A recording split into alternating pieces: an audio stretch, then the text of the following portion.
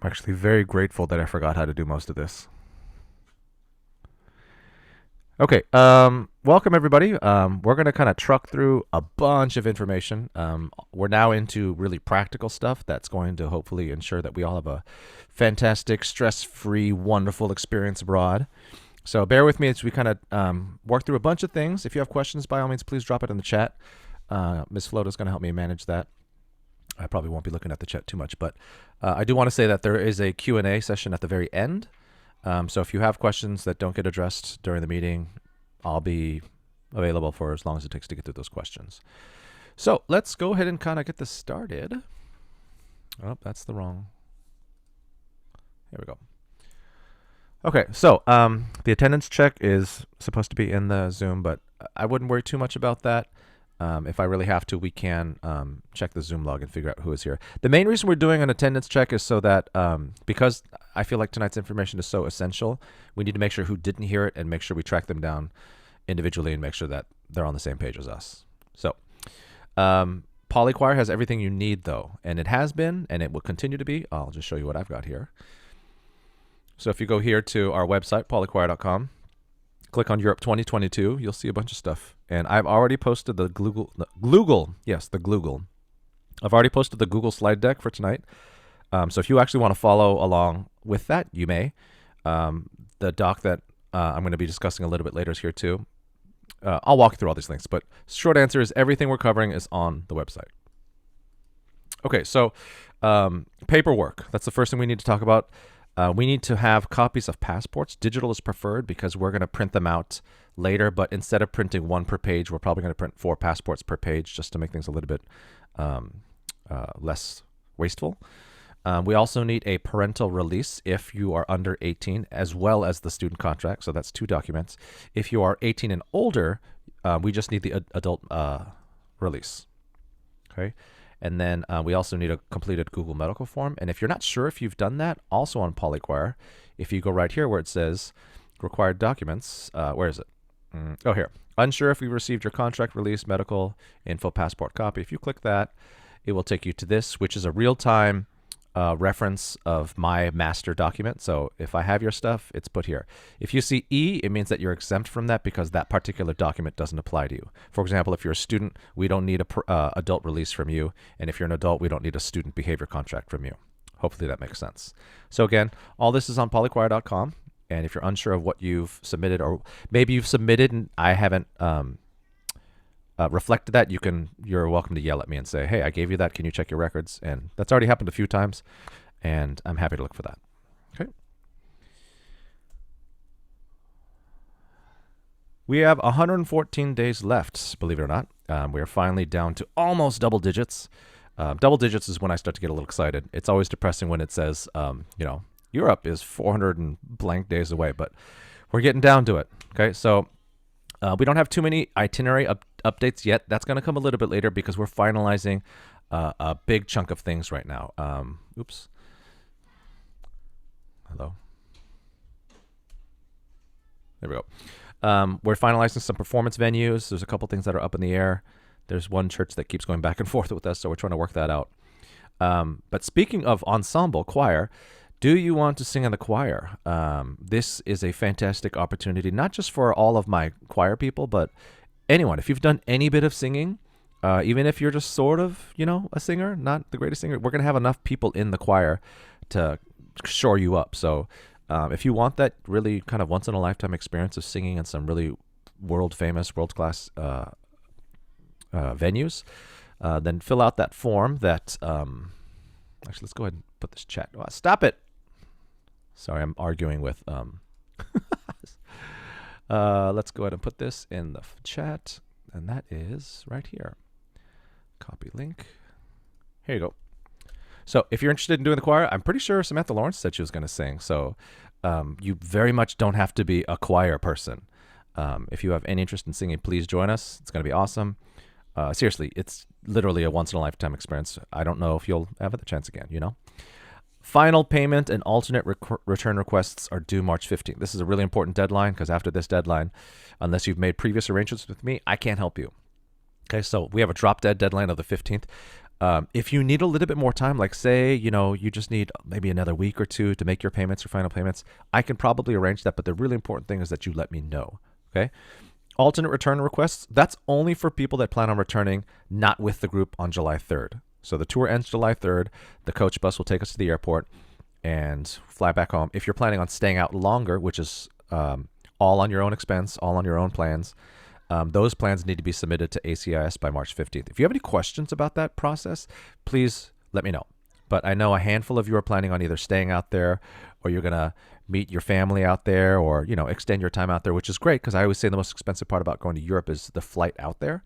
So if you're doing that, just don't miss that deadline because after March 15th, your return ticket is locked in for July 3rd from Charles de Gaulle Airport in Paris. Okay, so we can talk a little bit more about that later, but just know that March 15th is a really important deadline, and that's roughly 2 weeks away. So let's make sure we get everybody caught up and squared away for that.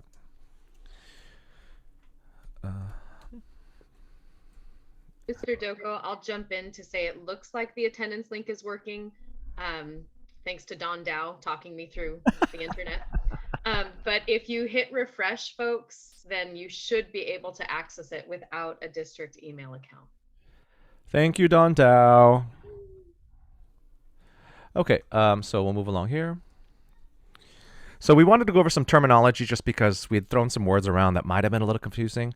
Chaperones are 6 human beings on this trip and 6 alone. No one else is going to use the term chaperone, just the 6. Julianne Beebe, myself, Jamie Dyer, Kim Floto, Samantha Lawrence, and Sarah Scholl. Just the 6 of us will be referred to as chaperones. There's going to be other adults with other responsibilities, but we will not be calling them chaperones, just to be super clear about that. We have 3 buses because we're such a large group, and each bus will have a bus lead. I will be in charge of bus 1. Sarah Scholl will be in charge of bus 2. Samantha Lawrence will be in charge of bus 3. Now, here's the term that kind of might have been confusing. Am I a chaperone? Am I not a chaperone? We've asked a handful of you to be color leads.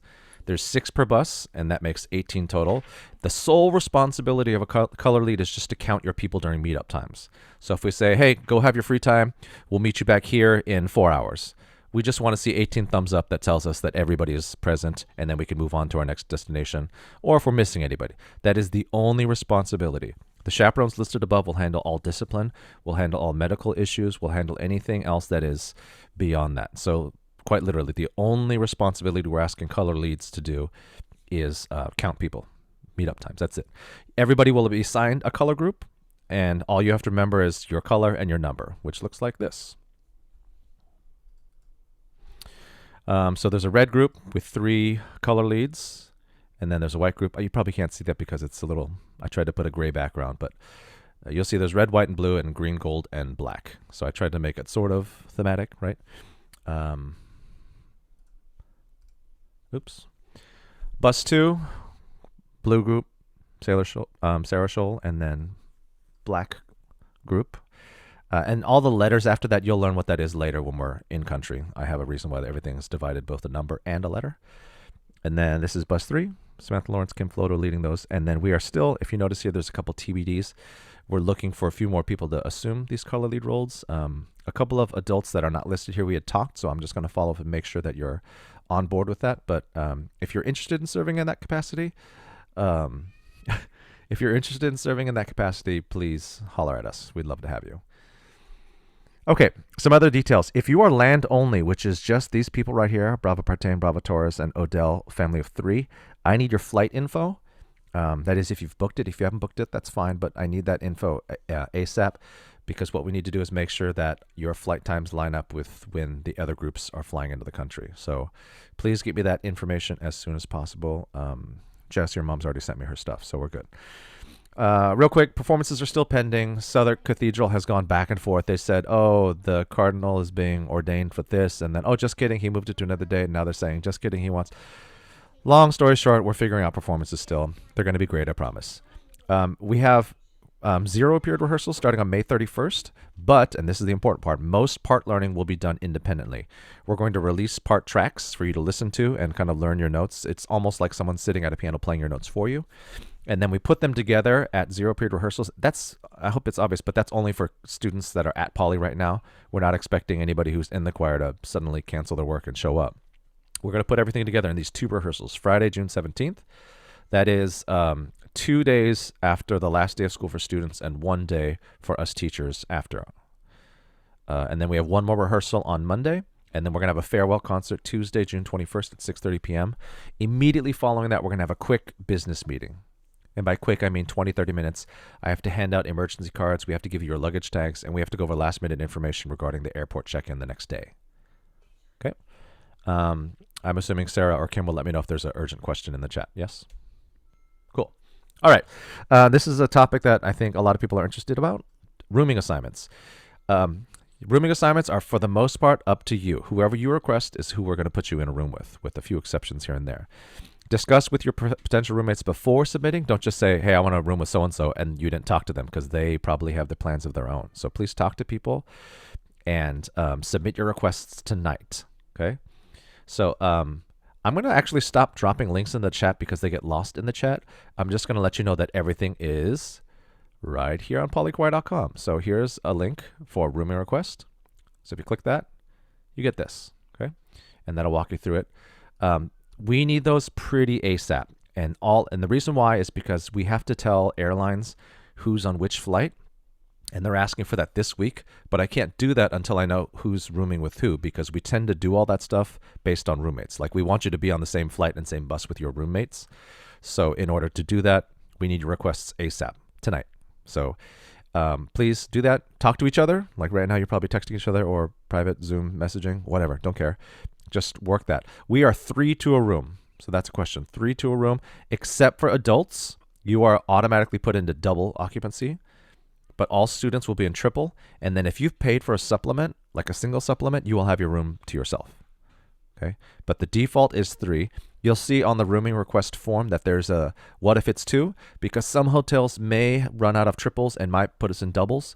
So that's just something we kind of need to know. Okay, if you had to pick one person, who would it be? Okay, but it's probably triples throughout for all students. Like I said, we'll do our best to honor your requests, but no promises. If you make no requests, we'll do our best to room you with compatible people. I know there's going to be at least 20 to 30 of you that are like, I kind of don't really know who I would request. Totally cool, okay? Don't worry about it. Don't sweat. Don't feel like we're going to put you with some, I don't know, random people. We're going to try and pair you up with people we think you'd be compatible with, okay? Probably same grade level. Brian, there's a question about parents staying with kids.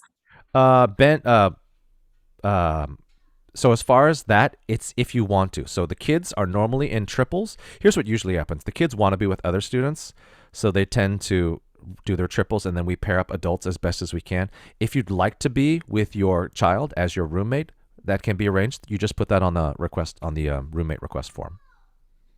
That's entirely up to you. We have parents that want to stay with their kid, and we have kids that are like, ew, gross, I don't want to stay with you. And, we try and respect everybody, what they want to do. Okay? If you see something in yellow, it's pretty important to me. Absolutely no switching rooms without my approval.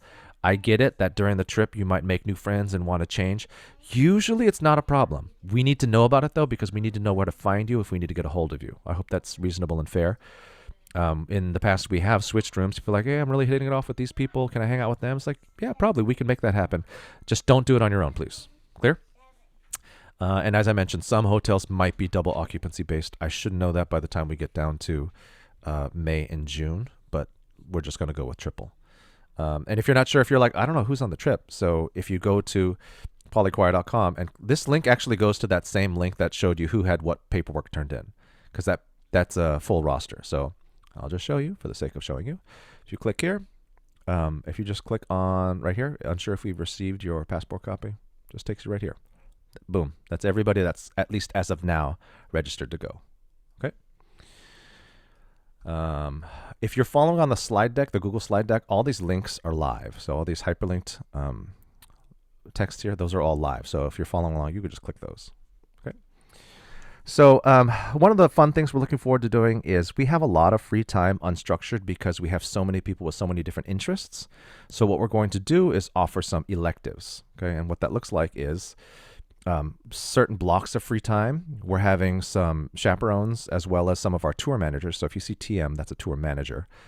They'll be leading those. And what I mean by leading them is they're basically just taking you there. I mean, if I didn't ask them, but if they feel like it, they might give you presentations on this and this particular thing. But for the most part, they're just there to kind of help you get there. So British Museum, if you're into some pretty large historical things like the Rosetta Stone, one of the key things that helped us translate hieroglyphics, the Elgin marbles. There's just a lot of history, so much to the point where other countries are always asking, hey, that stuff you took from our country, can we borrow it or have it back? There's a lot of like political drama with the British Museum, but short story, there's a lot of cool stuff there.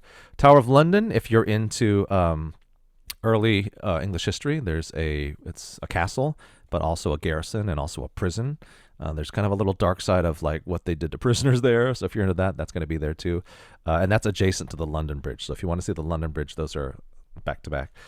If you're into modern art, that's the Tate Modern, and you'll see who's leading those. The Victoria Albert Museum has quite a bit of everything art-wise, and the National Gallery has pretty much every significant artist of the 19th, 20th century, and that's probably going to be led by a tour manager. You'll notice that there's 2 blocks of times, so if you wanted to do 2 electives, you can. I want to reinforce that these are optional. If you just want to go explore London on your own, that's cool. You do. We're just trying to give people options because we know a handful of you are going to be like, can someone tell me what to do? So we're just trying to give you options. For Paris, we have several windows of electives. We're pretty excited about that. If you want to see Versailles, where the Treaty of Versailles ending World War I was signed, Hall of Mirrors, absolutely ginormous gardens.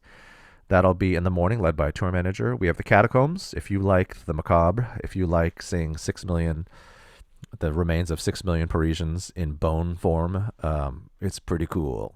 But yeah, I get it if that's not your thing. The L'Orangerie is, I just said by the way. Anybody catch that? The L'Orangerie?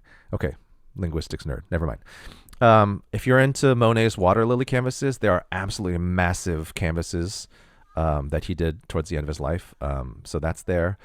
I'm doing a gastronomy tour, so if you just want to eat your way through Paris, that's what that elective is for.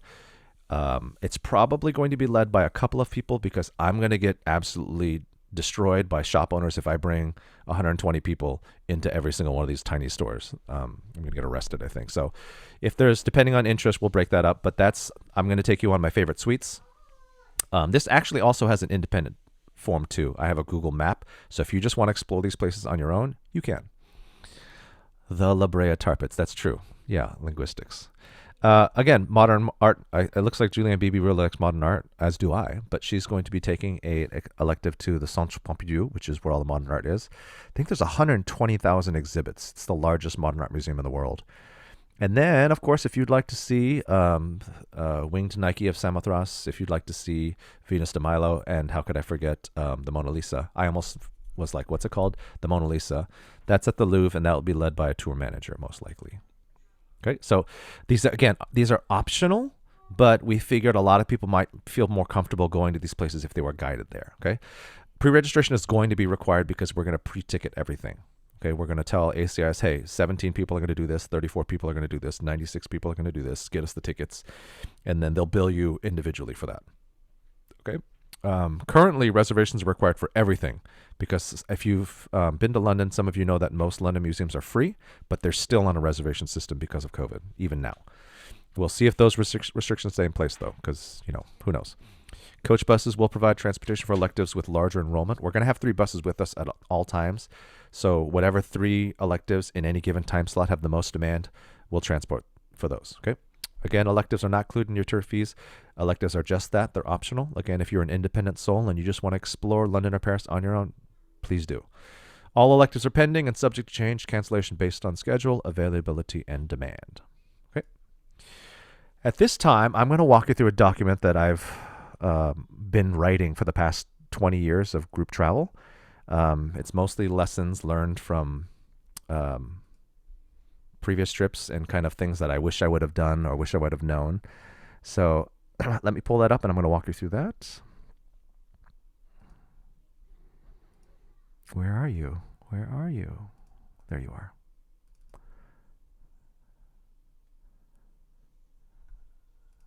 Okay, let me get a new share here. Okay. Thank you for your patience, everybody. I know this is tedious going through so much stuff. Okay, so this is on the Polychoir website. It's How to Travel.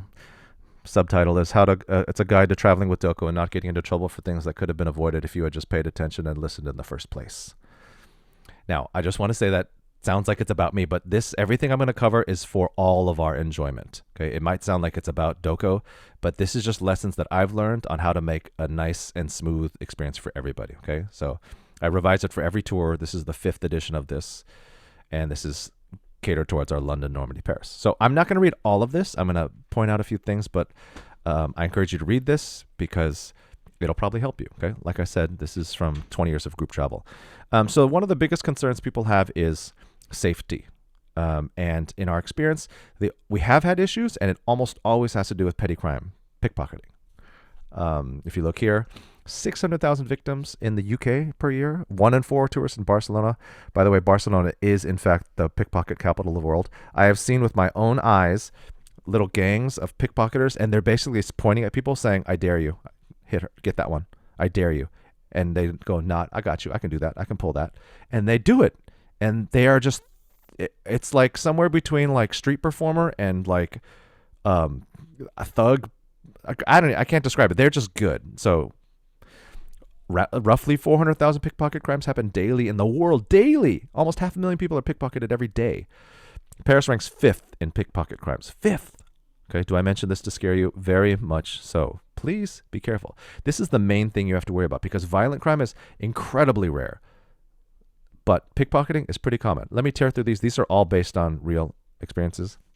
By the way, rule number 1 is if something does happen, please notify us. Please tell us. Don't feel embarrassed.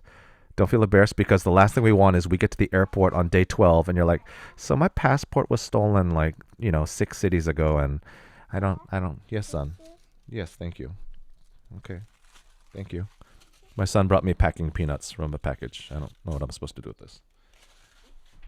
Okay.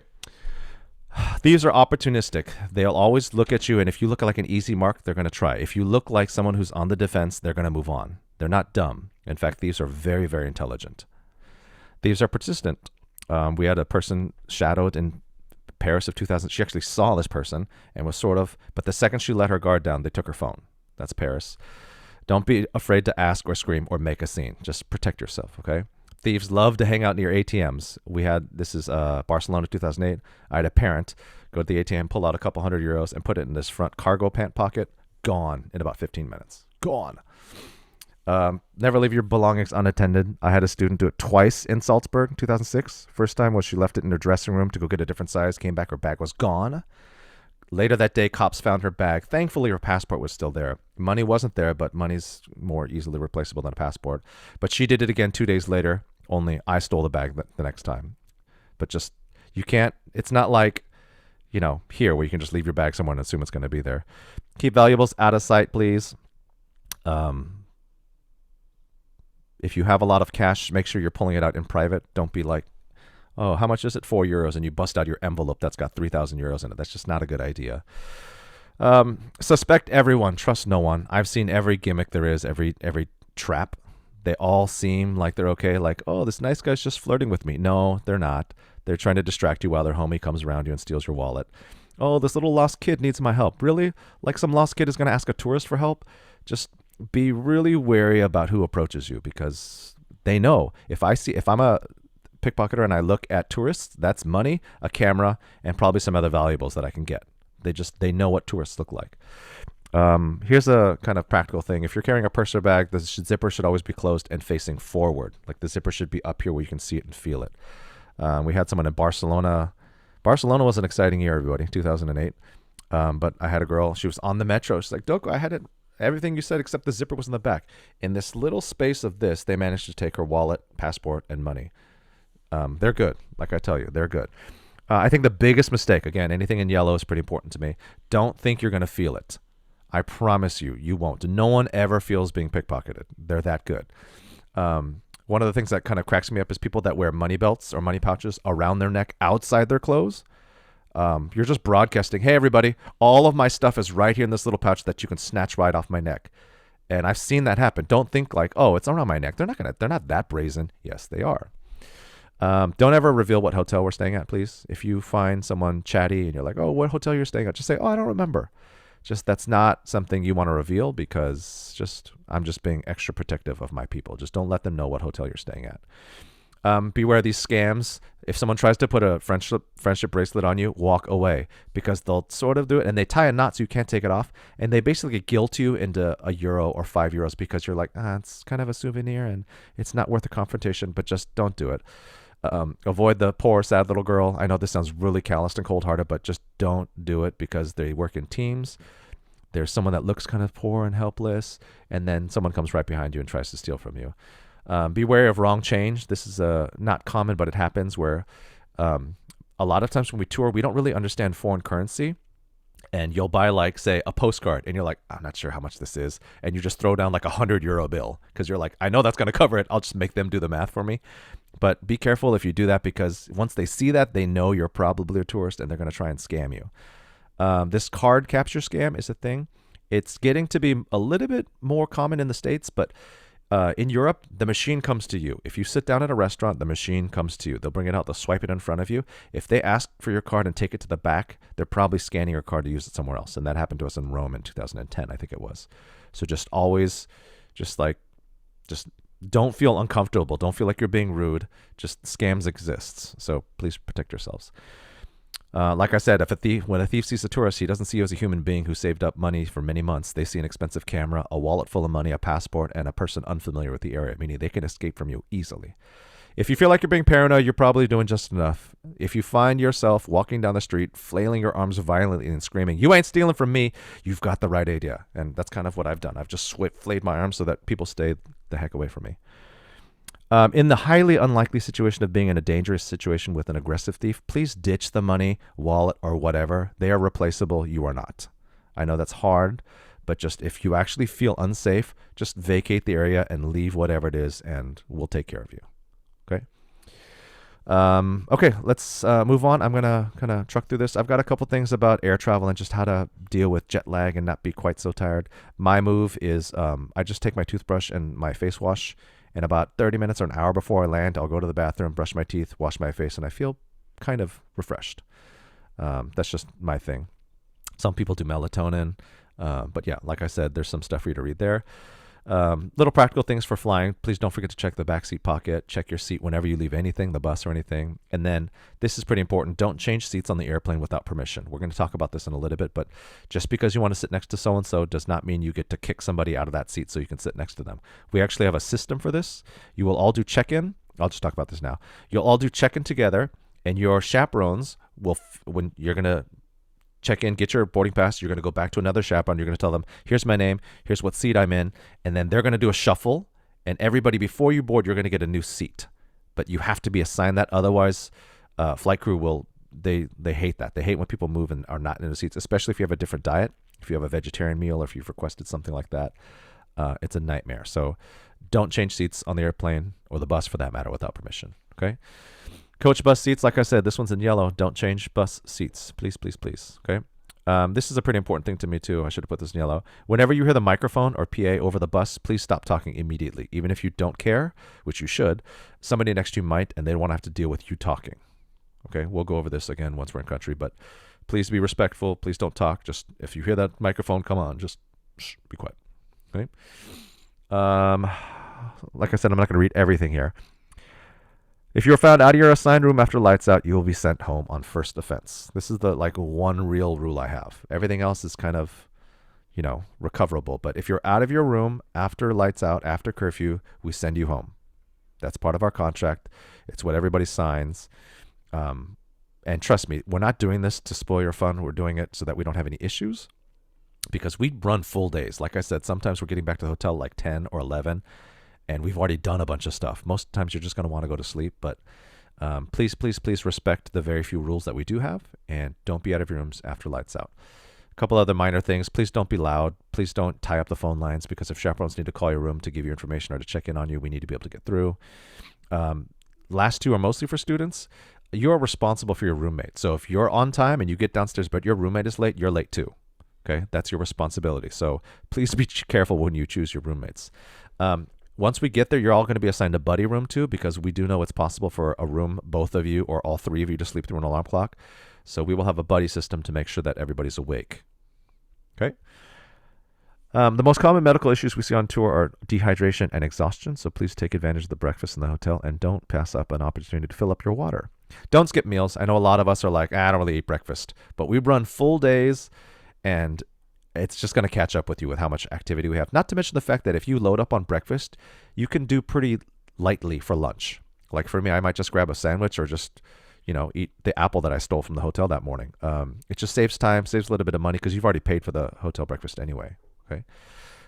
If you know yourself to be hangry, the type of people that you you are, please have snacks with you so that the rest of us don't have to deal with your rage as blood sugar dips a little bit.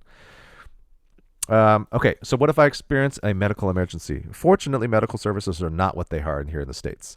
Short story, you don't need insurance cards. You can get service without a referral. Just everything is just how it kind of should be. So in the few times we've needed medical services, it's always been easy, it's always been quick, and it's always been very affordable. Okay, all your chaperones will have basic first aid, but as far as over-the-counter medication, that'll be me. I'll be supplying that. Okay, we walk a lot. No new shoes. No new shoes. Otherwise, your feet will kill you. I promise you. Break in your shoes like a month before you go. Don't skip breakfast. Morning call times and curfew lights out times are published daily, and they change every day. So every night, you're going to see the schedule for the next day. Okay? Before we get back to the hotel, over the microphone, you're going to hear what your curfew is for that night. Okay? Some people have asked that. It's like, well, do we go straight to sleep after we get back to hotel? It's like, depending on the time, we let you guys socialize. We let you hang out. We let you kind of hang out with each other and talk about the day and share stories from the day. That's all part of travel. But once we give you that curfew, you need to be in your rooms. No questions asked. Free time's included, but just know that it might not be as much as you like. One rule about free time is that students always have to be with an adult or in a group of 4 or more. Okay, so either you're with an adult like a parent, or you're in a group of 4 or more. The concept has always been, if something happens to somebody, 2 people can go for help and 1 person can stay with the person that's had whatever happened. Okay. Just so you know, we never really think about where Europe is on the map, but they're way further north than we are. So June 23rd, which is our first day in London, sunsets at 9:22, and there's no astronomical twilight. Astronomical twilight's when it's dark. So in other words, it's never dark in London on that day. June 24th, sunrise is at 4:44 a.m. Be ready for pretty temperate weather, highs in 70s, lows in 60s, but it does rain way more than it does here. Like, I wouldn't be surprised if it rained on us maybe once, twice, 3 times, 7. I don't know. It's just so unpredictable. You've all heard the joke, right? What do you call someone who speaks 3 languages? Trilingual. What do you call someone who speaks 2 languages? Bilingual. What do you call someone who speaks 1 language? American. Haha. We are going to an English-speaking country, obviously, but we're also going to France. So I would encourage you all to explore it. And people always ask, well, don't they all speak English? Yeah, generally speaking, they do, but you're going to someone else's country. Try it. It's a sign of respect that I'm here to embrace your culture, not bring mine and subject you to it. Won't they just be insulted at my attempt to speak their language? Not in my experience. If you're being genuine about it, they appreciate it, and they'll probably come rescue you in English. Okay. I'm not going to read through all of this, but this is kind of an interesting exploration on what travel is, meaning cultures do same things very differently. Like in here, in America, oftentimes if you're eating at a restaurant, they'll bring your check. I'm just going to leave this for you here. No rush. They'll just drop it on the table, right? That never happens in Europe. If that happens, that basically means we need you to get out because I need that table. So you always have to ask for the check when you're in Europe. There's just a big cultural difference. So there's a bunch of those I listed here. Some things when you're shopping, when you're dining. We're used to walking into whatever store and you just start handling stuff and you go to the cashier. It's not really like that in Europe. There's always some sort of clerk that you have to say hello to and then ask for help. So on your own, please read that. Just some cultural things. Okay. One thing about attire is don't be surprised if you get condescending glares if you're in a tank top and rainbows. You might notice that Europeans dress a little smarter on an everyday basis, even if it's 90 degrees. Like we were in Italy in 2018 and it's 95 degrees with 90% humidity and people are still in full suits. So culturally, that's a difference too. If nothing else, look nice for the pictures. Okay, I'll be of legal drinking age to the countries we're visiting, but not the U.S. Even if you're of legal age and your parents have given you permission, it's still not allowed. You must be at least 1 year removed from poly, class 2021 or older. That's just a hard and fast rule. Okay, we have many reasons for that, which we can talk about later if you're curious. Okay, getting around in free time. I'm not sure what people's previous tour experiences are, but I know some companies forbid group members from using public transportation. Our tours are not like that. So you can use public transportation, taxi, walking. You have some options, and you're going to get a tutorial on how to run the public transportation in both cities. You won't need it so much in Kent, but you probably need it in London, Paris during free time. Okay. Okay, we're going to get into some practical stuff here. So here's where you might have some questions. I am not looking at the chat, so again, if my help can kind of throw stuff at me if I need to. As of today, here's your exchange rates. Pound sterling is $1.33 gets you a pound, which is pretty low. Last time I went to London was a while ago, and it was basically 2 to 1, $2 per pound. France is currently France is on the euro, and the exchange rate is currently 1.11, which is really low. And a lot of that has to do with current geopolitical things going on. Who knows what that's going to look like months from now? But it has been pretty consistently around 1.8, 1.9 until this whole Russia-Ukraine thing happened. So I would expect it to be somewhere around that too.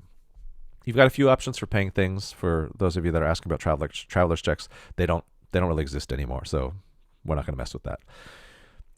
Cash, the pros are obviously everybody takes it. The cons are if you lose it, it's game over, and then carrying large amounts is not really that great. Plastic and credit is what I do for the most part. Great things are it's replaceable if it's lost or stolen, and it's protected by either a signature, an ID, or a PIN. And the bank usually gives you the day's rate of exchange, so not really a huge markup. And then parents, if you're using like a rechargeable debit card, you can monitor what your children are doing. So if they need help, and if you allow it, you can recharge and whatnot. Some cons are some vendors don't take it. Like if you're at a street vendor, someone's making handmade goods, they might not take credit card. There's occasional hiccups with debit cards, especially if they say for U.S. use only. That's just something you have to check with your bank. And then some banks, not all, some banks charge a foreign transaction fee, and it's usually in the form of a percentage of the actual transaction. I usually have a little bit of currency, and then I do everything by credit. And then if I need more cash, I'll just go to an ATM, which is pretty reasonable, actually. So here's another question I get a lot. Where should I exchange money? The short answer is wherever you can, okay? A lot of people are like, oh, you're going to get a poor rate here. But it's like we're on vacation. We don't have unlimited time. Time is money, right? So I always say start with your local bank here because most of them will order currency for you. A dedicated money changer like at the airport's not horrible, and sometimes you'll see them in some malls. They're going to be marked up a little bit, but it's convenient. The only thing I would say to try not to do is use money changers at tourist sites. Like if you're at the Eiffel Tower and there's a money changer like 50 feet that way, you know they're going to mark that up a lot. In fact, almost every single money changer that's in a touristy area, they're going to jack up their exchange rates. Okay, I gave you the exchange rate up here so that you know what a good rate is, so that when you see, oh, hey, look, they're charging $1.75 for a euro, you know that's a really horrible deal. Okay. Here's an important note. On your return, please know that virtually no money changer will accept coins. So if you've got like 60 euros in coins, it's a souvenir for you because most money changers won't take it. Please be aware that we treat change with contempt here in the States because like a bunch of change here is like, what, 60, 70 cents? But there's a €2 coin piece, which is roughly $2.50. So it's easy to accumulate those and not spend them. So use your coins, everybody. Another question I get a lot is how much money should I spend or bring with my child? I can't answer that. The only thing I can say is all expenses essentially are covered. The only thing not covered is lunch, and you can save money on lunch by having a big breakfast that's already included.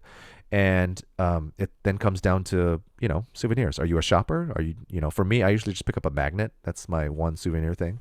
But if you like to shop, you might need more. So that's a hard thing for me to answer, but I just want to say just about everything is included in your tour. Okay. What should I do with my passport while I'm there? I always keep it on me. And given current geopolitical things, I think it's a good idea to always have your passport on you. I think I can speak pretty plainly about this, but with certain unrest things, if we ever needed to get ourselves to an embassy, the passport is all you'd need, right? If you don't have the passport, you got to make some explanations. So I always keep mine on me. I actually have I don't have a money pouch like this. I have a little belt inside that I keep mine in, but I would suggest having it on you all the time. If you don't trust yourself, well, then we can talk about other options you might have, but I usually keep mine on me. I've mentioned this before, but just quick reminder, passports are valid for 10 years if you're 18 and older. I think it's actually 16 and older. Is it 18 and older? Don't know. Just I can't remember. I think it's 18, but it might be 16 too. Regardless, please check your passports. This is pretty important. Passports must be valid 6 months beyond our trip. That's not a me rule. That's not an ACIS ICS rule. That's an EU Schengen area rule. So France for sure is going to require your passports to be valid 6 months past July 3rd. So you need to have a passport that's valid till January 1st, 2023. So if your passport expires before then, you're probably going to need a new one. That's not my rule. Like I said, the last thing we want is you to fly into Paris or into London. They look at your passport, but like, you can't enter because your passport's going to expire. So please get on that. If you have questions, please let me know. U.S. passports, you don't need any special endorsements or visas because you're not there long enough, and you don't need any special immunizations. Normally, passports are 4 to 6 weeks, but when I did mine for my kids last year, it took 14 weeks. So there's been kind of a delay on that. Technology, I'll let you read this on your own, but short answer is please make sure it's equipped for world voltage. We operate on 110 volts here in the States. Almost all of Europe is 220 volts. So if you plug something that's not world voltage compatible, you will fry it. Like literally, it will smoke. What about my cell phone? This is another common question. You can take your phone to Europe and you can probably use it there, but you're going to have to talk to your providers because every provider is different. What I do is I tell Verizon I'm going to be in these countries, and they charge me $10 a day to use my phone just as I would here. So same data allotment, same minutes, whatever, same number. Excuse me. That's the most convenient thing, but here's some options for you to read. Okay. Packing light. I like this quote. When prepared to travel, lay out all your clothes and all your money, then take half the clothes and twice the money. That's if you're a shopper. I'm a shopper, so that kind of happens. We're staying at 3 different hotels, and elevators in hotels are not what they are here. If you stayed at hotels here, we have so much space, so they'll put like 6 ranks of elevators and big elevators, but a lot of the hotels we're at, they're not bad hotels. Just you need to wrap your head around the fact that hotels in Europe are generally much smaller than what we're used to here in the States. You've packed too much if you come back with clothes you didn't wear. You've packed too much if you can't carry the bag by yourself. And you've definitely packed too much if your bag weighs more than 50 pounds, which is the airline maximum. Consider packing some clothes or anything critical in your carry-on in case your luggage gets lost or late. How often does that happen? Maybe every 1 or every 2 or 3 tours we have somebody whose bag gets lost. It happens. Hopefully not to you, but it happens. So better to have at least a change. Back in 2010, our tour manager actually had his bag lost, and it was a city behind us for 9 days. 9 days it was in the city. Oh, you're going to Belfast? We'll send it to Belfast. We were in Scotland. Oh, we're in Scotland. And finally, his company just said, here's a credit card. Just buy yourself some new stuff. So just in case. No new shoes. I think I've said this before, but please take care of your feet by not bringing new shoes. Leave the jewelry at home. Imagine how you'd feel if it got lost or stolen. Pack your liquids in a zip-top bag, a Ziploc bag. In case of a leak. I always squeeze a little bit air out too because it expands in the cargo hold. But yeah, so you don't have a shampoo all over your clothes. I always put everything in a Ziploc. Pack a small umbrella or a rain jacket. Like I said, rain happens. And then please consider where you're going and pack accordingly. Specifically, as I mentioned, Europeans tend to dress up significantly, especially considered to here. But I have some like rules basically. No sports bras, bralettes, or bandeaus as your only top. It flies here maybe. Debatable, but it's definitely not a thing out there. Okay, yoga pants or in general exercise clothing is also not generally acceptable public. Short shorts also not tasteful, and then pajamas, just please no, don't wear pajamas in public. Just remember, I want us all to just acknowledge that we're not going to grandma's house in Cerritos. We're going to a foreign country with different cultural expectations, and we should honor that. You know. Don't be, I mean, that's where the term ugly American comes from. When Americans just come in and be like, everything should be like me. How much is this? You know? Yeah. Don't just think about climate, but think about culture. You know, bare shoulders is something we're not really going to have to worry about. That's mostly an Italy thing, but there's a lot of churches across Europe where if you have bare shoulders, they don't let you in because they see that as disrespectful to the church. So I'll let you, oh yeah. You might get arrested if you wear Uggs and short shorts. That's just a crime against humanity. So please don't do it. Looking at you, Ethan. Okay, one band, one sound. It's one of my favorite nerd movies, but the concept is one band, one sound. Nobody hears you; they hear the band, and this all has to do with punctuality. This is. I was joking with Jessica today. I probably care about this more than anything else. If any one of us is late, all of us are late, and that affects our schedules. That affects everything. So please, please, please, please be on time. What is on time? 3 minutes early is on time. So if we said, hey, everybody, we're meeting back here at 4 o'clock, I need to see everybody at 3 minutes before 4 o'clock. Okay? I'm just going to apologize now, but also not apologize. I'm a mean SOB the first couple of days of trip until everybody has it programmed into their head. I have to be on time because everybody's relying on me. Okay? Adults, I will leave you behind if you're late. We've had issues with parents on trips. Sometimes they're like, well, I'm a grown adult. I don't need to follow the kids' rules. Yes, you do. Because first off, this is a kid-focused tour. This is all for the students. But it doesn't matter who's late. You could be 14, you could be 45, you could be 96. If you're late, it slows the entire group down. So please, please, please be on time. Or adults, we will leave you behind. Have I done it? Yes. I was telling Jessica earlier, it's like there's a trip where it was after meeting time, and I saw 2 adults walking, and I drove away as they waved at the bus. We got to stay on schedule. There's just too many people involved with too many moving pieces. Please, please, please be on time. Okay. Like I said, if you can't make it back, parents, to the bus or hotel on your own strength, you are on your own. Okay. This doesn't have to do with that necessarily, but always use a restroom when you see one. Please don't wait till you need one. For example, if like we're in some tour and you need to go potty because you just didn't think about it, the whole group has to wait for you at that point. So please, please, please mind your potty habits. And also, if we're in a restaurant and it's toward the end of the meal, just know that everybody's probably going to want to go to the restroom at the end of the meal. So spread yourselves out throughout the meal. Does that make sense? Yeah. Here's another culture shock, but public restrooms are not usually free in Europe. Usually there's an attendant there, and it's like, 85 euro cents or maybe a euro. It's about $1. That's pretty standard. So don't be like, oh my God, they charge for bathrooms. It's like, honey, first off, you ain't in your own country. We're someone else. We're in someone else's house. Don't judge. That's just what they do. That's that person's livelihood, actually, that attendant. So just know that public restrooms are not really like they are here. Okay. And on that note, I said have a little bit of change. Okay, suggestions. I've mentioned shoes 3 times, and I wonder why. It's because we always have someone that wants to be cute and bring new shoes, and then they absolutely debilitate themselves with bunions and with everything, and then someone has to stay back and help that person walk. It's just it's tragedy. Eat the local fare, please. I get it. You love McDonald's. I get it. But please try the local fare before you run to the local McDonald's. By the way, I can tell you the French McCafe macarons are the worst thing I've had on this planet. It's just like they're gummy, they're not crisp, but they're horrible. Okay. Just a couple things about souvenir shopping. Guidebooks, I always say they're guidebooks, not rule books. It's fine to have guidebooks and say, hey, I kind of want to look at this, but don't feel pressured to like stick to it, because everybody has different tastes. Like, you're never going to hear me say, okay, if you're in Paris, you have to do this. It's like, I don't know. There's nothing you have to do in Paris except maybe sleep. And even that's debatable, right? So just kind of keep that in mind. Okay, little rant. I'm a photographer, freelance. I used to freelance. Just a couple things. Don't make everything about getting a good picture.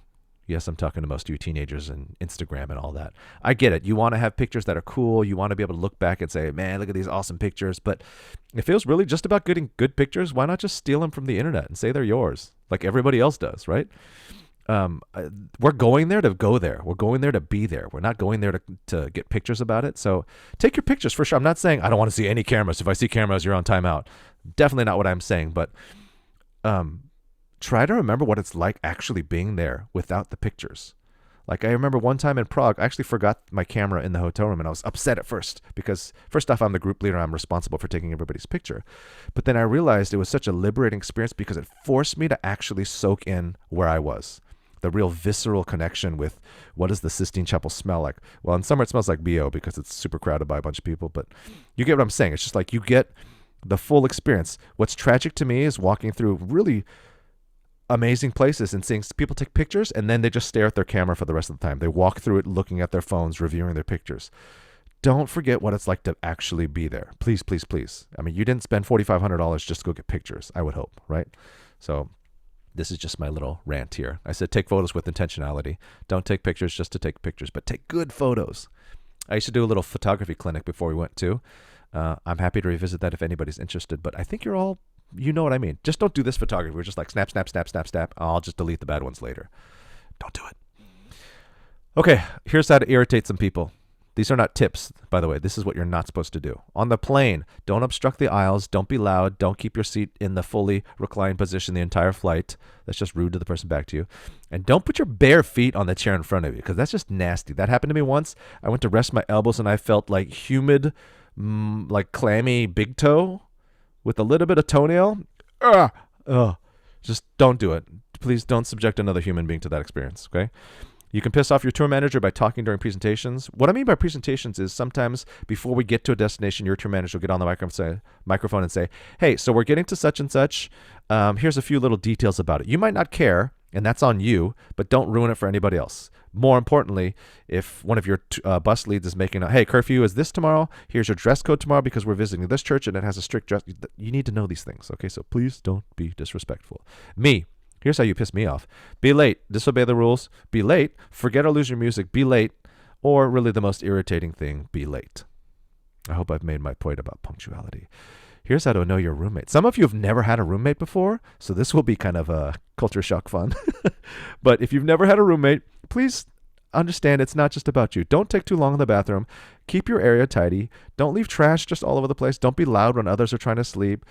If you're one of those people, I think it's Simona, coming after you, Simona. If you're those people that has to set like 17 alarms to wake up, we need to work on that before you go on this trip because everybody in the room is going to want to murder you, okay? Locals, please don't intentionally mispronounce things just because it's funny. I mean, it kind of is. Just don't do it over there, okay? Don't talk loudly. Americans talk loud. That's another complaint a lot of other countries have about Americans. Don't climb on anything. Please don't climb on anything. Just don't. Talking about politics is actually kind of considered rude, as is asking what someone does for a profession, which is weird to us because that's like small talk for us, right? Small talk is like, oh, what do you do for a living? That's kind of inappropriate in Europe, actually. Or complain. That last one is mostly for me, actually. Don't complain. Okay. This is mostly geared towards our younger participants who maybe have never had a roommate. I love this Mark Twain quote. It's I have found that there ain't no sure way to find out whether you like people or hate them than to travel with them. True colors really come up by the end of 12 days. For some, the greatest test of friendship is travel. You may be BFFs now, but spending 12 consecutive days with each other can strain even the strongest friendship. I humbly offer a few thoughts to help you minimize strife. Be patient. Being in close quarters for so long, you're bound to notice things you never noticed so loud. Why do they chew so loud? Oh my God, I can't believe they do. You've never noticed it before, right? But suddenly these things will irritate you immensely. Just be patient. Be cool. It's just 12 days. Earplugs, y'all. You know what's really funny about people who snore? They always say, I don't snore, because they don't know, right? So have some earplugs in case your roommate snores. Share. Arguably one of the vilest and most inhumane forms of punishment is asking 4 teenagers to share one bathroom. We've had 4. It's 3 for this, but we've had 4 before. Make it work, y'all. Be patient, be gracious, and learn the art of the 5-minute shower. Please don't if you take like hour-long showers at home, that's not going to fly on tour. Consider working out a morning and evening shower schedule. Hey, you shower in the morning, we'll shower in the, that kind of stuff. If your roommate is tired and wants to sleep, please be quiet. Please be sensitive to each other's feelings and needs. Set expectations. This is a big one, actually. One potential source of tension is disagreeing over what to do during free time. Having conversations before you get there can help alleviate that.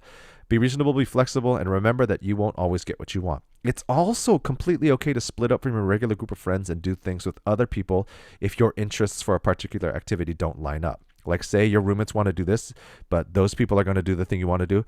Nobody should take that as like, oh, they don't like us. Oh, they hate us now. It's like, no, they just want to do a different activity, okay?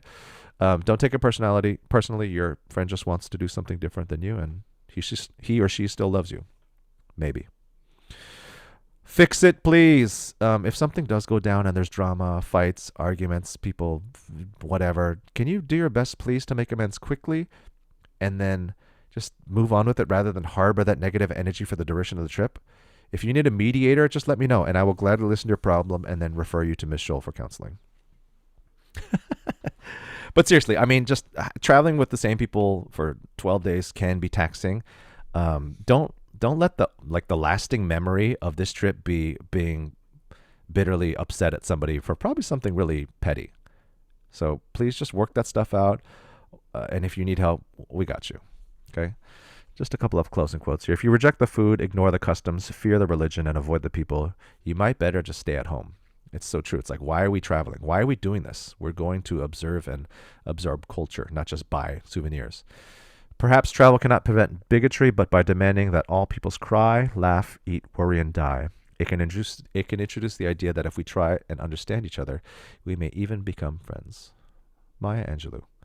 It's true. Everybody does the same thing. Everybody eats. Everybody poops. Everybody pays taxes. It's just done a little bit different in every country, and I think that's one of the cool things about travel. Okay. Did I miss anything in the chat? There's a bunch of stuff in the chat. Is it all? Yet she's still late to chamber. Yes, Simona, that's you. Okay, getting back to this. Let me get my PowerPoint back up here. So that full document is for your leisure. If you remember nothing from that document, please remember the punctuality piece, and I will be sure to help you remember the first couple of days of trip. Hello? There we go. Okay, some frequently asked questions. I'm going to tear through these, and then we're almost done here. Thank you for your patience, everybody. I'm not a student, aka I'm an adult or a parent. Am I free to deviate from daily itineraries? Yes, but please kindly let your bus leads know of your plans so that we know not to expect you. Like, say you're an adult and it's like, hey, I want to meet my friends who happen to be here in Paris. Totally fine. Just please let us know so that we're not counting or looking for you or waiting for you, okay? What about COVID vaccines and health passes? As of now, who knows what it's going to be when we actually travel in June. But right now, once you land, you have to get a health pass. And normally you'd have to go to a pharmacy or a medical office or like an urgent care equivalent. But because we're such a large group, ACIS is going to send us a doctor, a private doctor, if you will, and they're going to handle all that paperwork for us. What's the worst thing that's happened on tour? I actually get that question quite a bit. And it has to be Monte Carlo 2016. We had just finished a concert in Monaco, and we were in a reception. The hosts actually put a little food snack reception, really nice. But one of my students was hanging on a metal rail, and the rail came loose and knocked my violinist right here above the eyebrow. So she had to go to the ER that night to get stitches. The cab ride home from the hospital was more expensive than her medical bill. I think her medical bill for some anesthesia, stitches, and some painkillers was 52 euros, I think it was. No insurance, no nothing. So that's probably the worst thing that's happened in terms of, like, I was scared or, worried about something. But even that, it's like it was taken care of very well. What happens if I or my child needs medical attention? Fortunately, like I said before, medical care in most of Europe isn't like it is here. Insurance isn't required. Services are easy to obtain, and fees are reasonable. For more serious medical issues, like the question might be, well, what if my child has to be hospitalized and stay behind? We can't guarantee we'll leave a chaperone behind. That's going to be a case-by-case basis. We'll just we'll make a phone call home and discuss that.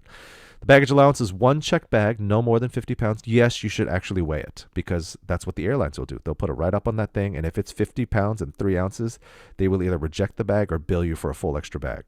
So actually weigh it. And then you can also have a carry-on item like a backpack, plus a small personal item like a small bag, like a purse, like a small little bag. Like personal item is truly a small thing. Yeah. Okay.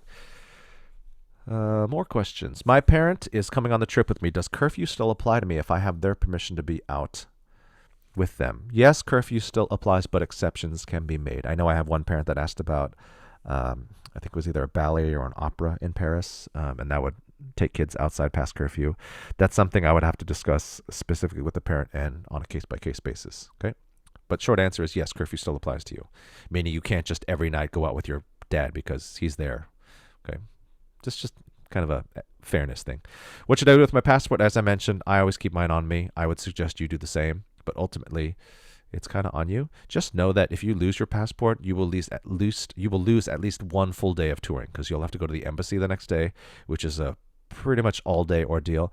And one of the chaperones is going to have to go with you, so you'll have to bear their judgment of making them give up their day too. So please keep track of your passports. Do you really suggest using money belts? Yes. It's not a nerdy, overprotective. It's just not worth it.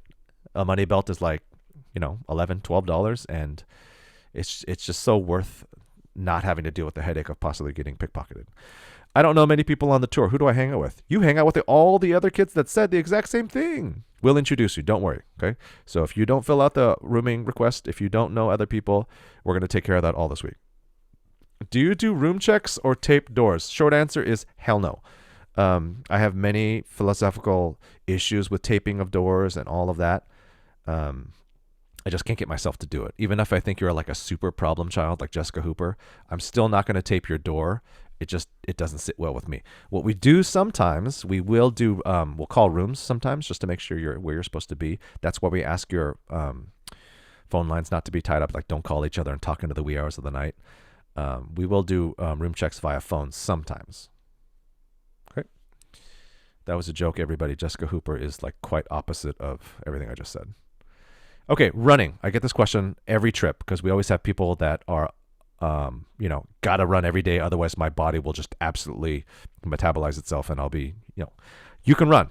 The answer is yes, but with the following stipulations. You must tell your lead chaperone and receive explicit permission, and you must provide the times you will be gone. We just need to know where you are and when to expect you back. You may not run alone. That is non-negotiable because people are like, but we run at different paces. I run slower, and this other person is really slow, and I don't care. You may not run at any point by yourself. You may not run while it's dark out, which is good news because as you saw, sunrise is at 4:44 a.m. and the sun it never actually gets dark in London. Okay. If you get lost or return late, you will lose your running privileges for the rest of the trip. Okay. So if you're running, it's like, oh, we got lost. I guess you're not running anymore. Enjoy being out of shape, just like me. I've already pre-cited some running. So in London, our hotel is very close to Hyde Park, and it's a really ideal place to run jog. A full loop of the park is 4.3 miles. In Caen, there's no obvious choice for running, so we're gonna have running. We're gonna have to work that out once we get there because it's mostly urban. And then in Paris, we're a little bit less than a mile away from the Eiffel Tower, and a circle around the Champ du Mans is 1.2 miles. So you could say, yeah, I did my running in Hyde Park and around the Eiffel Tower. That's pretty cool if you ask me. Each bus will have a full-time tour manager. So if you're not sure what a tour manager is, what a chaperone is, a tour manager is a third-party contracted service from ACIS. It's always a local guide. They tend to be professors. They tend to be entertainers. They tend to be people that are in the industry and know a lot about what we're doing. We've always had excellent tour managers, but we're going to have 3 this time because we have 3 buses. You'll also have 3 bus drivers. I hope that's obvious. The bus is not going to drive itself. But everybody will have their own driver and their own tour manager. Expect to see some articles next month that will help you get excited for this tour. All your chaperones, we're going to be writing some articles to kind of introduce things that we're going to see, introduce concepts, introduce works of arts. And they're all going to be things that we're all passionate about. So hopefully those help you get excited. We're going to take t-shirt orders in May. Not required. You do not have to buy them, and you definitely don't have to wear them on tour. In fact, I usually say, please don't wear them on tour because that's just one more that screams, hey, I've got money and a passport in my pocket. Please come rob me. I kind of cringe when I go on tour and I see this, group of 60 people everywhere in the same like royal blue t-shirt. It's just like, it's like open season for pickpocketers. Parents, I'll furnish you with my cell phone shortly before we leave. I ask that you just please keep it for emergency use only. And then warning, this is just kind of a procedural thing. Please be patient during these situations as they'll always take a little bit more time. And that's when we do air travel check-in. Hotel check-in always is a little tedious because usually you're tired. You just want to get to your room, but it's going to take a minute for us to get 130 some odd people checked in. And then seating for restaurants is another thing where we just ask everybody to be super patient because we got to get people to where they're supposed to be. Believe it or not, that's all I have. What am I? 70 minutes? I said 80 minutes, so I think I talked fast enough and skipped enough stuff. I'm going to catch up on questions now. So maybe Kim or Sarah, you can just throw questions at me to catch up with. Or if people have questions, by all means, please either just unmute or. Sure. So if war continues, is it possible that the trip gets canceled and would we get our money back? I thought this question might come up. I didn't want to bring it up because I wasn't. I don't know how to answer that completely. To answer the second part, I have to look at my contract. But I mean, acts of war is something that's usually covered in a force majeure contract clause. So if that happens, obviously we don't go. There's a lot of speculation as to what happens if the situation in Ukraine escalates. I've learned to prepare for everything but not worry about anything, if that makes any sense. So we're going to put some things in place. Obviously, if it doesn't seem safe, we're not going to go. It's not worth it. But at the same time, I have to take things kind of as they come. So we're gonna make decisions based on what we see now, the information now, and if we get there, we'll get there. That's a really unsatisfactory answer, I know, but best I can do for you. And then in connection to that question, do you think there's any chance that the trip will be canceled? If I'm being honest, there's always a chance, but I feel good about this given where the countries are lowering COVID protocols. This Ukraine thing obviously is a thing that is very um, concerning, but like I said, I don't know how to answer that. But I also at the same time I think we'll be fine. Okay. So I'm assuming we'll just know when the company lets us know, because that's the other question connected to that as well. When ACIS would probably let us know. Yeah, and that's something I'd obviously be in touch with my people, and we'd make that decision as soon as we needed to. Okay. And then what is the policy if travel bans are reinstituted? If travel bans are reinstituted, that's not up to us. The government's telling us we can't go, and so at that point, I really hate to say the following sentence, but we'd be right back where we were spring of 2020. All right. And then do we have any emergency procedures in place? For what type of emergency? Short answer is yes. I'm a Boy Scout and a doomsday prepper, so I try and have everything covered, but what specifically? It didn't say. That was the, I don't know who asked it, if you want to chime in. It says if a student comes down with COVID, what are the plans if there are any? That's something. Any major emergency. Yeah, that's one of the things we have to just do case by case. I mean, ACIS itself has some insurance built into their policies of hotel. I'm sorry, not hotel. Hospital, alternate return, stuff like that. But a lot of that stuff is we're just going to have to assess it based on the individual. Like, there's just too many scenarios for me to answer that question satisfactorily. But just know that we've run lots of these scenarios through our head, and we have a decent idea of what we do. Okay. Let's see. Is the rooming assignment form just for the main tour? And yes, then it is. Yeah. So okay. let me tear through the stuff that I see in the chat now. Are there gyms in the hotels? I don't think so. Most of them don't. Usually, gyms and hotels are only at the really big, large, expensive hotels in Europe. All of that has to do with the fact that there's just no real estate available in Europe. Everything's built on top of itself. Do you have emergency procedures in place? Yes. If you've got a specific question about do I have emergency procedures in place, please feel free to ask, but I'm not sure exactly how to answer that. Rooming assignment is just for the main tour. If a student comes down with COVID, what are the plans, if any? I honestly can't answer that until I know what the climate looks like in June, because protocols might be different. Like by then they might say, okay, they've got COVID, bye. Just go do your stuff. We're just going to have to evaluate that as we get there. Major emergency, like I said, we're going to have to evaluate that if a child's hospitalized. Obviously, if I'm being honest, our first choice is to have a parent fly out and join the child and kind of take over that, because we've also got 130 other people that we're trying to take care of. So that's just something we're going to have to work out with the parent on a one-on-one thing. How pickpocketable is a fanny pack? Incredibly pickpocketable. There are thieves that take knives to the bottom of fanny packs, slice it, let everything fall out, and take it from you. You won't feel it. You won't hear it. Oh, electives. So we're fine-tuning that right now, selecting electives and the deadline. I imagine that's going to be sometime towards the end of April. I have to work it out. We have time on that, in other words. We have time on the electives. Hey, Brian, this is Brandon Pettis. I have a quick question. Sure. I'm not sure if I'm going. I want to go, but is there a way that a person that's traveling to Europe can join any of your activities and without paying for the tour? Or do we have to be a part of the tour and able to do stuff like the Harry Potter thing on the same day that? Yeah, so if you want to do any of our inclusions, you have to be on the tour. Number one reason being there's a liability issue with the buses. You can't be on the coach buses unless you're a member. off the record, I'm going to say this very off the record. You can be in the same restaurants and happen to have dinner with us. You can happen to be in the same hotel if you make all those arrangements on your own. Concerts obviously are open to anybody, but if you're looking for the exact same experience without being on the tour, that's not a possibility. No, there was one thing in particular, and that's the Harry Potter tour. Yeah, that's going to involve our coach bus, which means it's a deal breaker. Okay. But separately, if you message me, I can tell you how to get there on your own too. It's not particularly difficult. Yeah, it's not that far away from London. About an hour. Yeah. Train and a bus. It's quite easy. My legal counsel has just told me that I have to say that the one thing you have to do in Paris, I'm actually going to contradict myself, is have a croissant.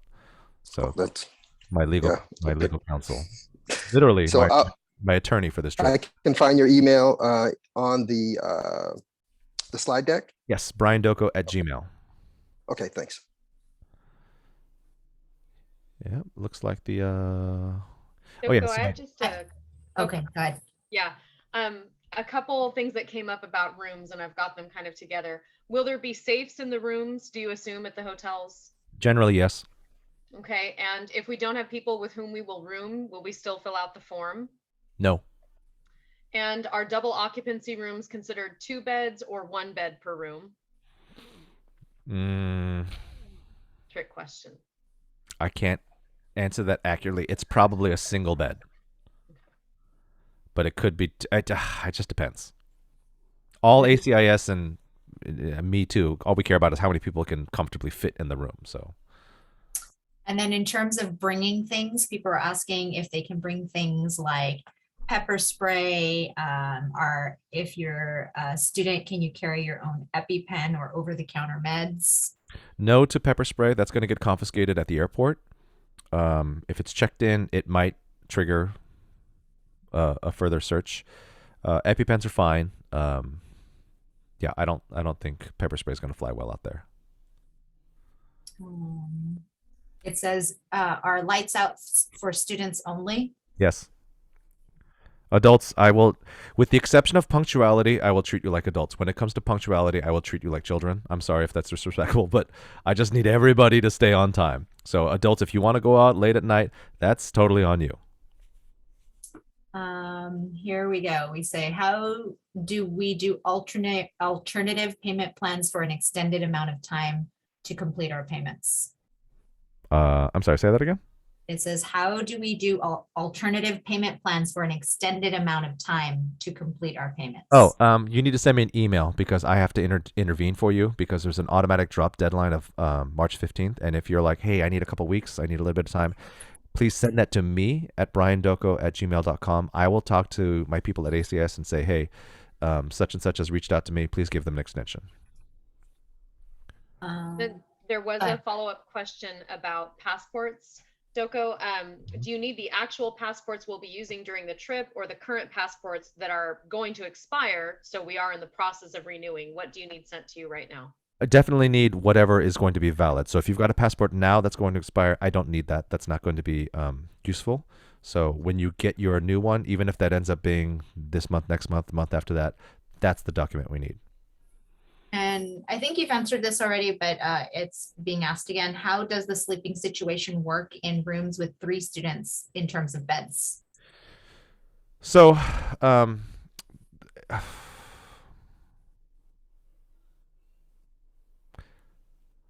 a hard question to answer because it changes every hotel. Sometimes it's a single bed plus a full-size bed, what we call a full size. But usually it's like that. There's usually a larger bed and then a smaller bed. And then another question is, and I assume it's on polychoir.com, but it says, where do I turn the contract forms in? So turning in the forms, you can either email to me or deliver to me at Poly. If you're not at Poly, by all means, please scan it, email it, take a picture and email it. But if you are at Poly or have a student at Poly, please send it to Poly, to me, Choir Room 216. I see a couple things in the chat that I'll get caught up on. When will we get music? That can actually happen pretty soon. Sarah Scholl, can I ask you to remind me to get music published for everybody? Yes. So there's a question about unfortunate chance. What happens if we have to cancel? Do we get a portion of our payment back? It depends on the nature of the cancellation too. So that's something we'd have to explore then. Triple occupancy, if we only know one person, just do the form. So if someone's Caitlin Van Andel, you're saying I only know one person I want to room with, not the third, just submit the form with the other person, and then we'll try and fill it in for you. Okay. If you've submitted passports with ACIS, I'm sorry, but I need a copy too. And the reason we need the copy is it can expedite. If something happens to your passport, it'll expedite your process if we can provide them with a photocopy of your original. Let's see. Ava asked, what are we singing? We're singing a combination of some rep that we haven't done, but also some of the rep that choirs have sung this year.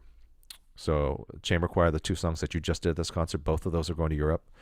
Things like that. We are doing All-Star. Don't worry. It's on the program.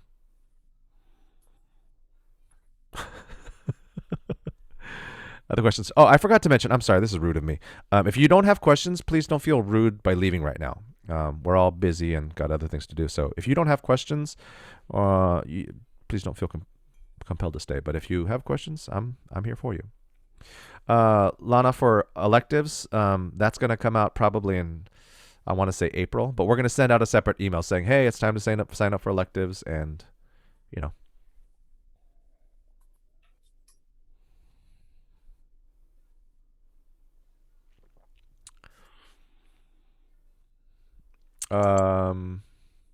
So when I talked about walking, yes, there's a lot of walking, but it's almost never all at once. There's pauses, there's breaks, there's time to do other stuff. There was a question about walking, so it's not like a forced labor march where we're just doing 7 miles in one day from destination A to B. And most of us, when we look at our smartwatches or our Fitbits or whatever, we don't even, whoa, I walked 7 miles. It doesn't even feel like it because you're not doing it at once. You're walking here and then you look at stuff and then you walk here. So it's broken up. Him and asked, can we request which bus to be in? Short answer is yes. But just know that hotels and buses are being done according to rooming requests. So we're going to try and keep people together like that. There's a question, is it too late to sign up for a solo room? And if not, where can I sign up for that? I'm sorry, say that again? Is it too late to sign up for a solo room? And no, not too late. You would have to take that up with ACIS directly. Send an email to accounts@ACIS and say, I would like to do a single supplement. They'll switch you around, and that should be no problem. John Kaitidratana, let me look into that. I've always thought it was 6 months. The last time I looked at it was 6 months. But if it's changed to 3 months, then a passport expiring in December should be fine. But let me look at that. I'm sorry, Sarah. Can you add that to my to-do list? For those of us not singing, is there any particular way we should dress? No, not at all. Be casual. Be with whatever you wore that day.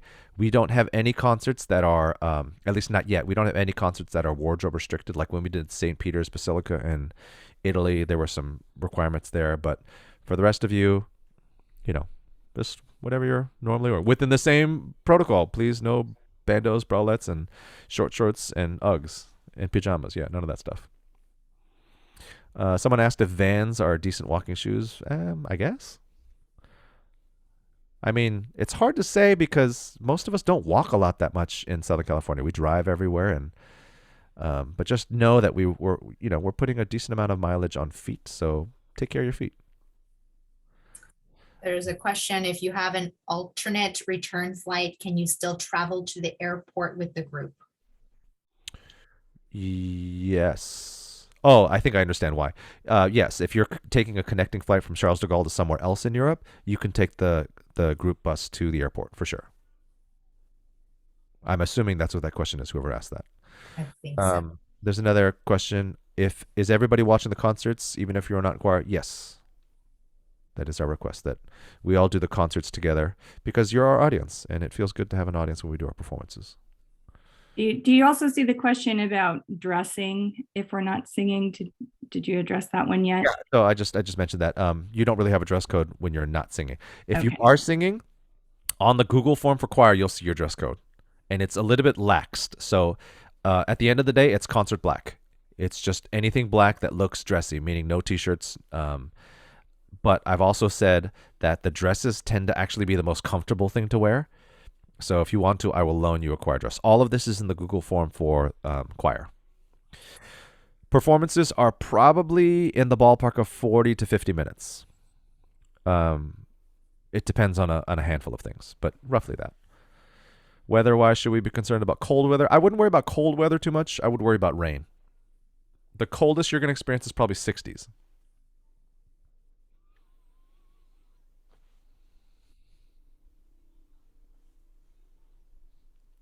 My legal counsel advised no to Vans as footwear.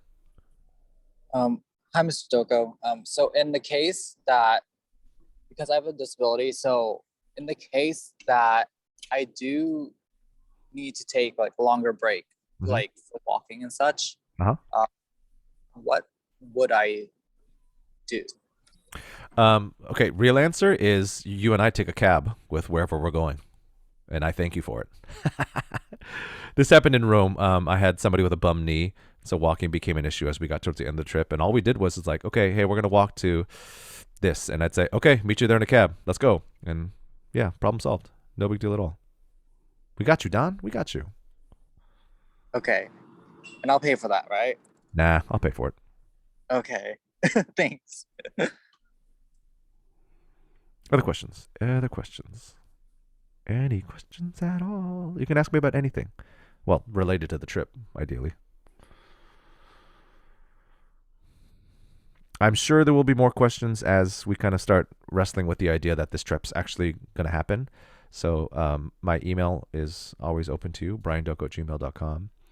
I just kindly ask that you check the website first because it might. I try and put everything on polychoir.com. So if you don't see it there, please ask. Anything else? I'm going to give it. How do you send me your passport? Email is good. So if you want to send me a picture or scan of it, that's great, to briandoko@gmail.com.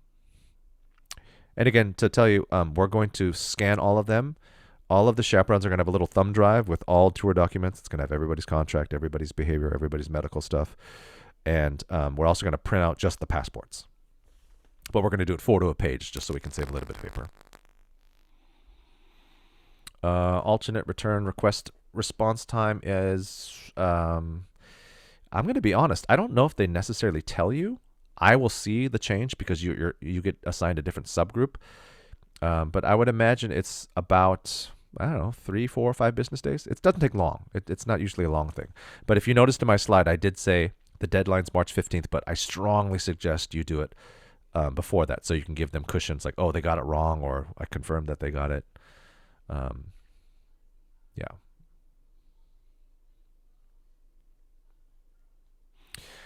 Yeah, Donkey, I'm gonna have to rescan all the music and then add my annotations because we have such limited rehearsal time. So, thanks, Sarah Scholl, for reminding me that I need to send annotated copies of my scores. Mr. Doko, Yes. what if a student will be returning on a flight that's not going to be arranged by ACIS? Are you land only? Have you done land only? No, she'll be flying there with the group, but then we're going to pick her up at the end of the trip and take her to Italy. So we'd be just doing different flight home completely and not needing assistance from Oh, I any see. So you're just going to book her return flight on her own independent. Then you just burn the return flight with ACIS. It would just evaporate into thin air, and you would book your own arrangements. Is that anything informing ACIS of that, or? I'll let them know not to expect you at the airport, but no. Okay. All right, cool. Thank you. There's a 0.00001% chance that the airlines will say you didn't use your return leg because technically in the contract of an airline ticket, you have to use both ways of a one way, but I've never ever seen that happen. So Great. Another question, Brian, is if we're missing anything such as scanned documents, paperwork, will there be an email sent out to remind people that they're missing certain documents? yeah, so I've been sending out kind of very, very periodic emails about that. But once we get to March 15th, I go into kind of militant mode and I start hunting people down. So you will be chased after by one of the chaperones. We're going to come find you. Other questions? Music in Yeah, so we've got English, French, Latin, Indian. We've got a handful of language. I love foreign language. I love language. Thomas Wood, Dane is coming with us. Yes, he was in the Zoom a minute ago. Oh, he's still there. What's up? Nacho. Randolph, if you'll send me an email, I will follow up for you.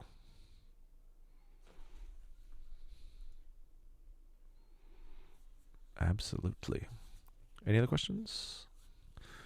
I'm going to give it 20 seconds and then I'll bid you all adieu. I'm excited too. I know there's this specter of, Ukraine and COVID and just so many things. But like I said, I'm trying to not get myself worked up for something until I need to work up. So we'll see. Mr. Barnes, as far as seats, so I have campaigned for many years now to get pre-assigned seating, but it never really works out. So what we do is, what I say is, check in with the people you want to sit next to. That's your best chance of being allocated seats together. But in any case, your chaperones will be there to take everyone's seat in. Like, I actually have a spreadsheet with empty. Here, I'm just going to nerd out with you for a second here, everybody. Forget it. It's going to waste too much time looking it up. But I have a spreadsheet that has the exact model of the plane and the seating configuration. So it's usually 2, 3, 2. Don't shake your head at me, Jessica Hooper. I saw that. So what happens is, once we get check-in, we get everyone's seat, and then we kind of move the pieces around so that people are sitting who they want to sit next to. It doesn't work out 100%, but it's much better than just the default blocking that they give us. Can adults sign up to sing? Absolutely. There are no rules as to who gets to sing. We would love to have a large choir of everybody. Would love it. Yes, I can include the IPA, except it's like 6 words. It's actually a piece based on the sounds of a tabla drum, so it's not a lot. What's really funny is, I don't know if this is an off-color joke or not, but we had originally scheduled a piece in Russian, but that's not happening anymore. I love Russian music. I just didn't want to I didn't want unnecessary attention or drama.